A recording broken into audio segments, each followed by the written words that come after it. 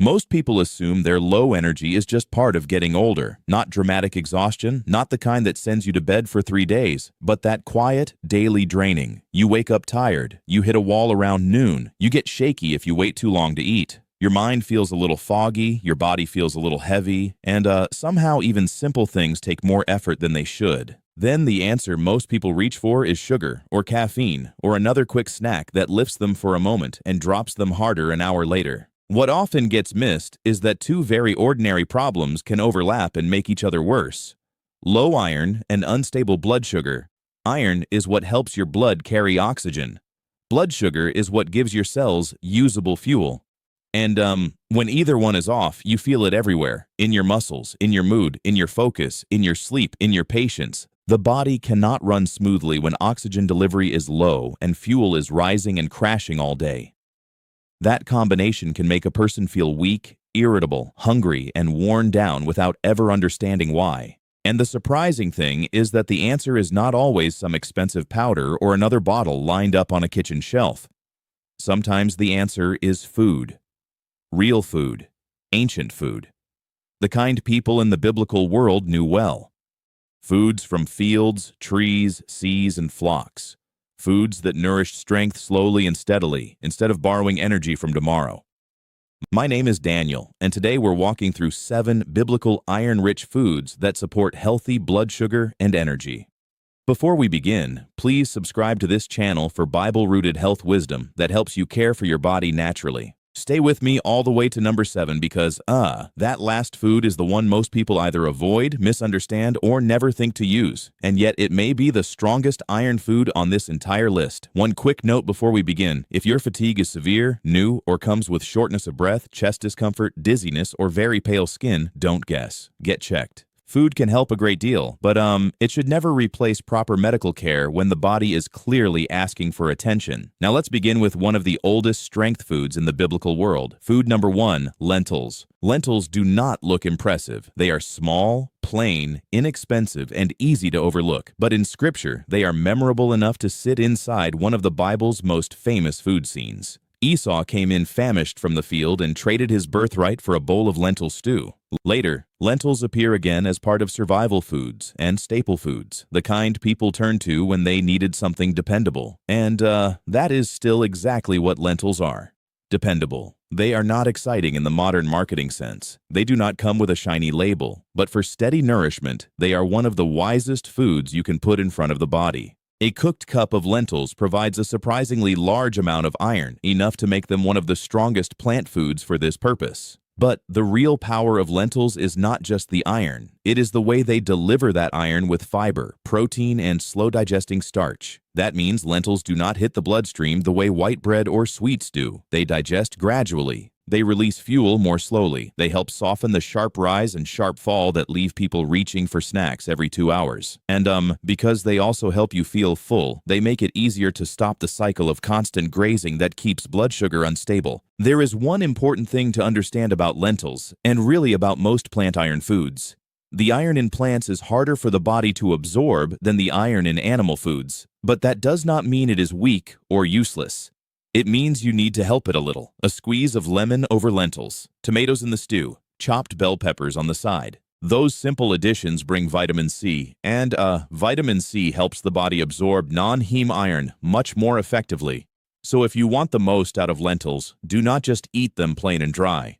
Build the meal in a way that makes the iron easier to use. One of the simplest ways to use lentils is to make a thick, savory stew with onions, garlic, celery, olive oil, and a generous squeeze of lemon at the end. You can add carrots, herbs, and a little cumin if you like. If digestion is sensitive, start with a smaller serving a few times a week and let your body adjust because, fiber works best when it increases gradually. But once lentils become part of your routine, they do something beautiful. They feed you deeply. They steady you. They warm you. They are the kind of food that makes the body feel less scattered and more supported, which is exactly what tired people need. Food number 2, beans. Beans are all through the food memory of the biblical world. They appear in provisions brought to David, and they appear in Ezekiel's bread alongside other grains and legumes. They were survival food, travel food, household food. In other words, they were ordinary, which is usually where the most useful wisdom lives. And if you choose the right kind, beans can be remarkably rich in iron. White beans in particular are outstanding, with a cooked cup offering an amount of iron that surprises almost everyone. Kidney beans, black beans, and navy beans also contribute meaningfully, but white beans are especially strong. Beans also have another gift, and this one matters for anyone who feels sleepy after meals or ravenous between them. Their soluble fiber forms a kind of gel during digestion that slows how quickly carbohydrates are broken down and absorbed. So instead of a fast surge of glucose, you get a gentler release. That matters because healthy energy is not just about getting fuel in. It is about getting fuel in at a pace the body can handle. And when the pace is better, insulin does not have to spike as hard, hunger often stays calmer, and your mind stays clearer longer. Beans are especially useful for people who feel like every meal is followed by one of two extremes, either a crash or cravings. A meal built around beans tends to hold longer.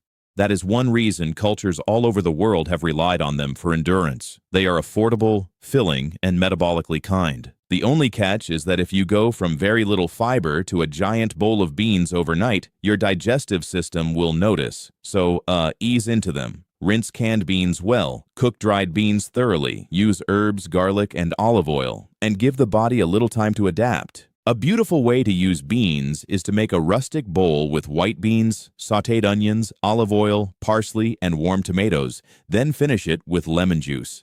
That last part matters more than most people realize. The lemon does not just brighten the flavor, it helps with iron absorption too. You can also mash white beans into a spread, add them to soups, or serve them alongside fish or eggs. The point is not to treat beans like punishment food. It is to turn them into something satisfying. Because, people stay consistent with the foods that comfort them, not the foods that feel like a lecture. Food number 3, chickpeas. Chickpeas are not always named as directly in English Bible translations the way lentils and beans are, but they belong to the same ancient pulse tradition that fed the Near East for centuries. They have been a staple in that region for thousands of years, and once you understand how they work in the body, it becomes very easy to see why. Chickpeas are deeply nourishing without being harsh. They are hearty without being heavy. And they have a kind of quiet steadiness to them, which is exactly the quality so many modern diets are missing. A cooked cup of chickpeas provides a meaningful amount of iron, along with fiber, protein, and slow-digesting starch. Chickpeas are known for having a low glycemic impact, which simply means they do not tend to throw blood sugar upward as quickly as many processed carbohydrates do. They digest more slowly. They keep a person satisfied longer. They are also rich in resistant starch and certain fibers that support the gut. And a healthier gut often goes hand in hand with better appetite regulation, smoother digestion, and more even energy from one meal to the next. What makes chickpeas especially useful is how easy they are to build into balanced meals. Think about hummus for a moment. Real hummus is not just a dip, it is a very intelligent food combination. You have chickpeas for iron, fiber, and protein. You have tahini for minerals and healthy fat. You have lemon juice to help with iron absorption. You have olive oil for satiety. All of that together creates something far more supportive than crackers and sugary snacks.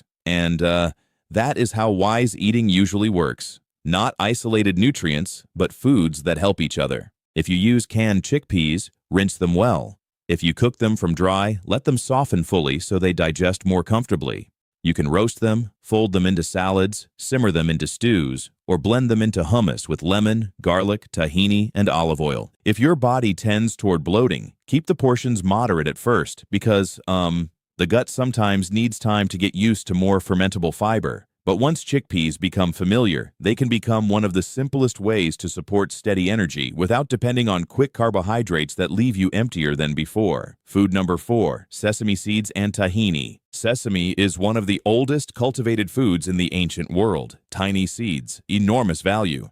In the land surrounding the biblical world, sesame was treasured for oil, nourishment, and storage. It does not look like much in the palm of your hand, which is one reason people underestimate it, but sesame carries a surprising nutritional density in a very small space. And when it is ground into tahini, it becomes one of the easiest ways to add that density to everyday meals without much effort at all. Sesame deserves a place on this list because it can contribute a meaningful amount of iron, especially in concentrated forms like sesame paste.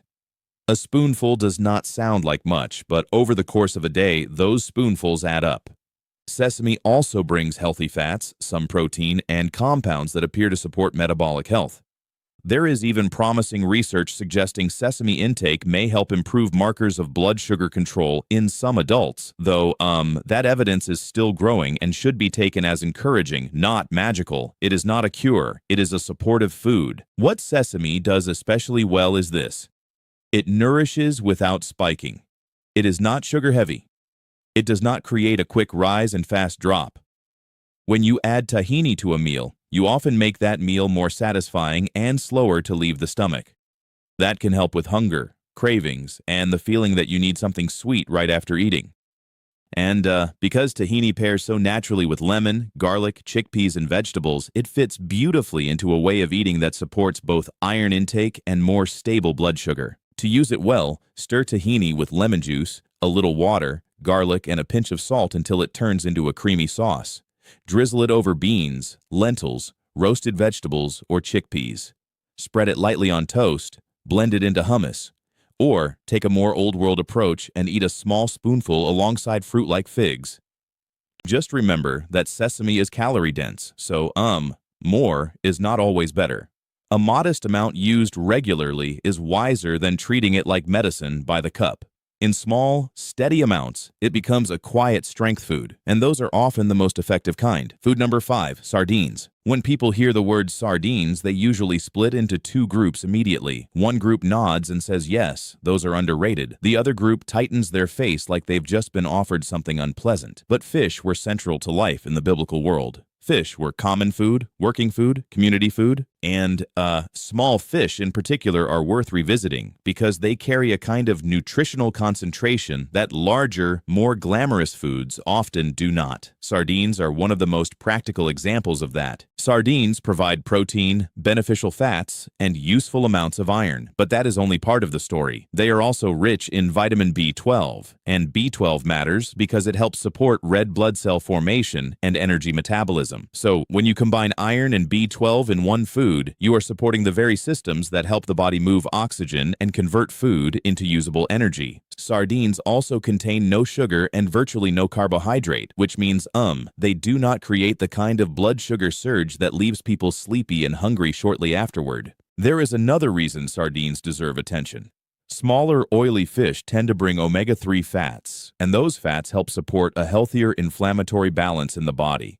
That matters because when a body is chronically inflamed, everything can feel harder. Recovery is slower. Joints feel stiffer. Energy feels less reliable. Sardines also tend to be satisfying in a way that sweet snacks are not. A person can eat sardines and actually stay full, and that fullness is part of blood sugar wisdom too, because the meals that satisfy are usually the meals that reduce desperate snacking later. Choose sardines packed in water or olive oil if you can, and pay attention to sodium if you need to. They can be mashed with olive oil and lemon, laid over toast, eaten with sliced tomatoes, or folded into a salad with herbs and capers. If the flavor feels too strong at first, start small.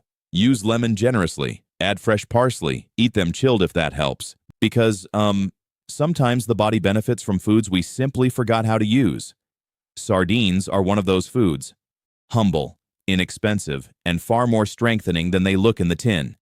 Food number 6, dried figs. Figs have deep roots in Scripture. The fig tree is everywhere in the biblical imagination. Abundance, peace, provision, restoration. But figs were not only symbolic, they were practical, portable, preservable. They could be carried on the road, stored in the home, and used when a person was depleted. In one memorable scene, a weakened servant is revived with food that includes cakes of figs. That detail matters. It tells you something about how the ancient world understood nourishment. And, figs still deserve that reputation, especially when they are used wisely. Now, dried figs are not the strongest iron food on this list, so let's be honest about that. They do provide some iron, but they are not lentils, and they are certainly not liver. What they offer is a gentler package of natural sweetness, fiber, minerals, and energy that can be far more useful than modern sugary snacks. The fiber in figs slows the delivery of their natural sugars compared with candy or pastries. And, that makes them a smarter bridge food when you need something sustaining without setting off a full blood sugar roller coaster. The key with figs is not to treat them like they are sugar-free health miracles. They are not. They are sweet, and portions matter, but when used correctly, they can help a person step away from far more damaging choices. 2 or 3 dried figs with tahini, a few nuts, or a little cheese is a very different metabolic event than cookies, cake, or candy bars. One leaves the body calmer, the other tends to wake up cravings. And for people who constantly say, "I just need something sweet in the afternoon," figs can become a much wiser answer. If you choose dried figs, keep the portion modest and pair them with protein or healthy fat. That one principle changes everything. Spread a little tahini on them. Eat them with walnuts. Chop them into a bowl that also contains something savory, not just starch. Because, the goal is not simply to get iron into the body. The goal is to build energy that lasts. Figs can absolutely be part of that, especially for people who need a gentle, portable option and who would otherwise reach for far more processed sweetness that offers excitement first and regret later. Food number 7. Liver. This is the food most people resist before they understand it. Liver is not fashionable. It does not sound elegant. It is not the food most people brag about eating. But in the ancient world, where people raised animals and valued nourishment deeply, using the whole animal made sense. Nothing important was casually discarded. And liver is where this list becomes impossible to ignore, because when it comes to iron density, liver sits in a category all its own. Liver contains heme-iron, which is the form the body absorbs more easily than the iron from plants. That matters enormously for people trying to rebuild from low iron intake, fatigue, weakness, or that dull, drained feeling that never quite goes away. Lamb liver, for example, is exceptionally rich in iron, and liver in general also brings tremendous amounts of vitamin B12. That combination is powerful because iron helps carry oxygen and B12 helps support red blood cell production and energy metabolism. So, liver does not just bring one strength nutrient, it brings a cluster of them in concentrated form. But because liver is so concentrated, it has to be used with wisdom. This is not a food you need every day, and it is not a food to eat in huge portions. Liver is also extremely rich in vitamin A, which is one reason small servings make more sense than large ones. For many people, once a week is more than enough. And, if you are pregnant, trying to become pregnant, or if you have a condition involving iron overload, this is something to discuss with your doctor before making routine. The strength of liver is real, but wise use matters. If you want to prepare it well, do not overcook it into toughness. Sauté onions slowly until sweet. Cook the liver gently in olive oil or butter. Season it simply, and finish with lemon or herbs. A small serving is enough. You are not trying to make it the entire meal. You are letting it do what it does best, which is to deliver a remarkable amount of usable nourishment in a modest amount of food. And that is why it earns the final place on this list. It is the least trendy food here, but arguably the most potent. What I love about these 7 foods is that they all solve the same problem from slightly different angles. Lentils and beans give you iron with fiber and steady burning starch. Chickpeas do the same with a beautifully gentle effect on blood sugar. Sesame and tahini add mineral density and satiety in very small amounts. Sardines bring iron, protein, B12, and beneficial fats without the sugar burden. Figs offer a wiser kind of sweetness when cravings hit.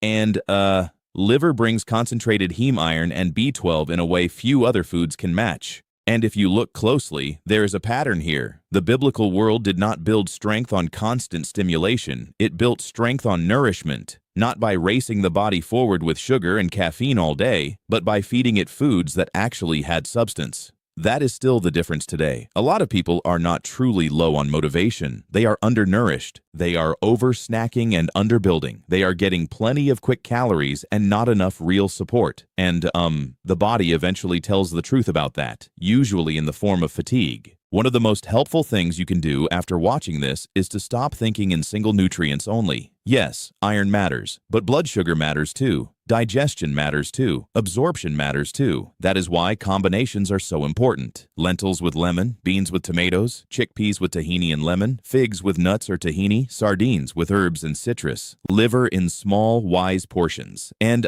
if you are eating plant iron foods, remember that vitamin C is your friend. It helps your body make better use of what is already on the plate. It is also worth remembering that after age 50, most adults need less iron than younger women do, but they still need enough. And if your intake stays low for a long time, fatigue can creep in so gradually that you stop noticing how depleted you feel until you finally start eating better and realize, I had gotten used to feeling bad. That happens to people all the time. Real nourishment does not always feel dramatic at first. Sometimes it feels like fewer crashes.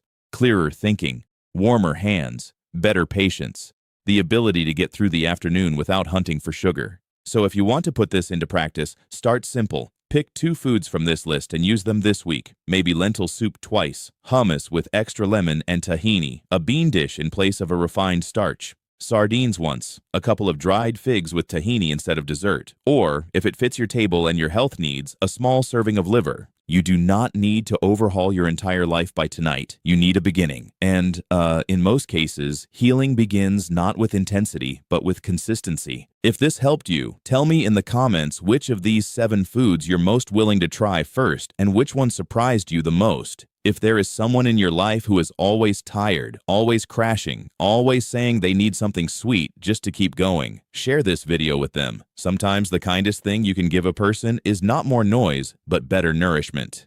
Thank you for spending this time with me. God bless you, and I'll see you in the next one.